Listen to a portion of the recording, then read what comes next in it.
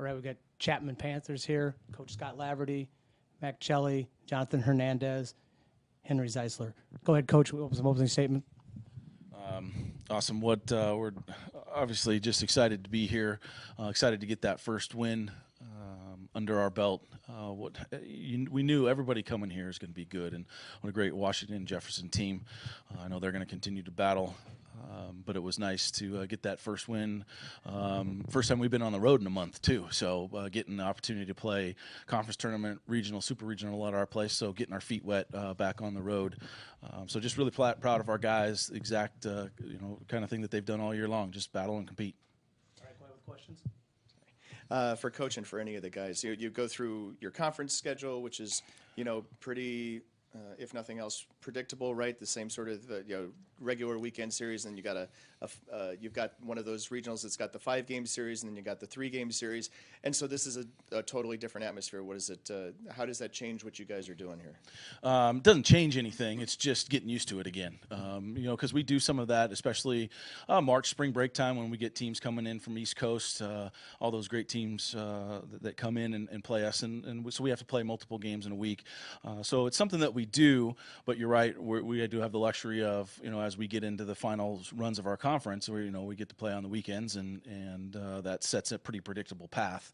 And so getting our feet wet back in this environment was good. It's something that we've done before, and now getting back into that groove is good. Yeah, and it's not just in this environment. It's also being in the World Series for the first time under you, and in the first time in 8 or 9 years. Yeah, since 2011. Yeah, first time for me. Definitely exciting, and so that was really good. Getting that done, getting our feet underneath us, and moving forward into tomorrow. Coach, talk about how important it is when you sit there, they get a couple men on base and don't score them, and you finally get men on base and you get to score them. How important is that to start a game like this? Huge, especially in these situations. We talk a lot about momentum, controlling the momentum of the game, and we were able to do that pretty solidly. They got those couple of guys on, but us getting out of that jam is a momentum thing that kind of gets things back going our way. We got a couple of guys on, and then the opportunity to push some runs across in back-to-back innings, and controlling that momentum, that's huge in how we do things. And then they were able to come back and grab some, get that big 3-run inning. But again, we took advantage of a miscue and scored right after they did, and that's huge to get that momentum back on our side. To keep them chasing the ball, per se. Jonathan, a little bit of a shaky start. What do you think happened after the first couple innings to settle down? I think you're just getting used to it. Like Skip said, we're first time on the road since some months, so pitching on a different mound that's not your home mound that you're pitching on every day.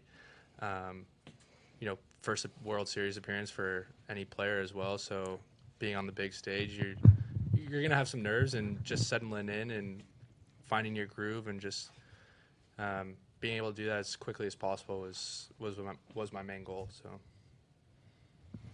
hey, Mack, you're able to come through in some key times to deliver RBI hits. What's the approach going into that situation, and what worked for you today? Just looking for pitches up, something I could do some damage with. And pretty much the story of our whole season was if we get a couple runs, Johnny and the rest of the guys will take care of business and keep doing a great job. So, Coach, you get the key start from Jonathan here. You get to use your pitching staff the way it looks like you want to use your pitching staff, right? So how does that set you up for going forward the rest of this tournament?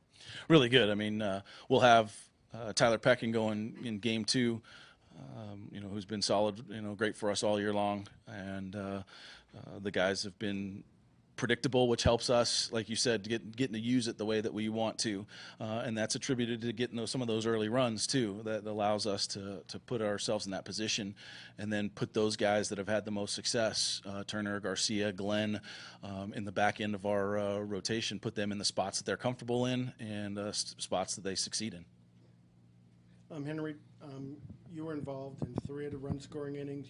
Moving runners over, setting up the plate. Just talk about your approach at the plate and what you were looking for. I mean, my swing's been feeling good lately, so I'm just looking for strikes, looking for pitches to hit, pitches to drive, and being in the middle of the order is nice because you know you got guys in front of you who are going to do their job and guys behind you that are going to do their job. So just trying to be part of the offense, and like Max said, we know that we put a couple runs on the board, our staff's going to take care of business. Coach, if you could start off and maybe the players weigh in, read about how you've kind of maybe honored some individuals, Miguel Sabedo, who went down a couple weeks before the postseason, and then Carter Anthony. Could you talk a little bit about kind of playing for something a little bit more than just the team or a game? You're going to tickle some strings here, so I got to make sure I stay composed. First, Carter Anthony. Yep, is his name. We partnered with a program called Team Impact about 3 years ago, and Carter was battling leukemia, and he was a 90% cure rate kid. That's where he was. We went to chemo with him. Chalk Hospital, Children's Hospital, Orange County is less than a mile from our field. So we were at, chemo sessions with him, playing video games with him, dinner at the family. My daughter is 6, and we were just always hanging out and doing things. He was such an inspiration. He is such an inspiration to us. And what he did in the year and a half that he was with our program. He was at practices. He's at practice pretty much every Thursday night. He might have done chemo for a half a day and then come to practice and be around and vibrant. And if his head wasn't bald, fast he would call it, then you wouldn't even know that he was battling cancer. He was true, and I think it's absolutely the best thing that I've ever done for one of my teams. The heart wrench and the anguish that we feel when we lost him. Still just showed the guys that, hey, we get to play a game. If I struck out and there's Carter still ready to give me a high five, hey, this is fun. We can work hard and let the chips fall where they may. And then Miguel Sabedo, we had an incident in practice, nobody's fault, just an accident, and he took a thrown ball into the face and broke a bunch of his eye bones, and he was our starting first baseman as a freshman all the way up until that point. And just such a great human being. He was a walk-on for us, a walk-on playing first base for a team that made it to the World Series. It just shows the type of kid that he is. And so he got to be here. He's here this weekend. He had surgery a week and a half ago, and he's on the mend, and we're excited to get him back next season. For the players, with what Coach mentioned, when you face adversity in a game, how does it help to know that, there are bigger fights out there, and kind of the exposure and knowing Carter's story that, maybe losing a 3-run lead isn't that big of a deal. You just keep fighting. Yeah, I think as Lav kind of hit it, he was an inspiration. He was there every Tuesday, Thursday night practice, and you see a 6-year-old who just was battling leukemia and going through chemotherapy, and then that night he's running around, smile on his face. It just shows you how strong he was, and so he's looking up to us as 18 to 22-year-old guys playing the game that he just wanted to play. And so it just reminds you of why you play the game, and kind of takes you back to when you were, little, and just it was all fun and games, and you weren't stressing about, I'm 0 for 10, or I've given up 6 runs last game and now I have to start again. It's the little things that the reason why we play the game.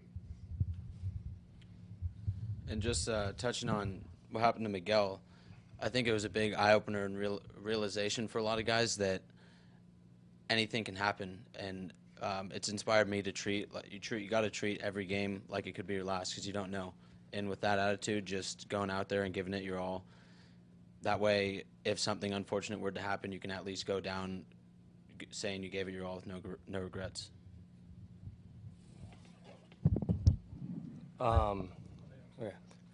Just like what both of them have touched on, It's a game. It's supposed to be fun. It's a privilege that we get to be out there with people we love and trust.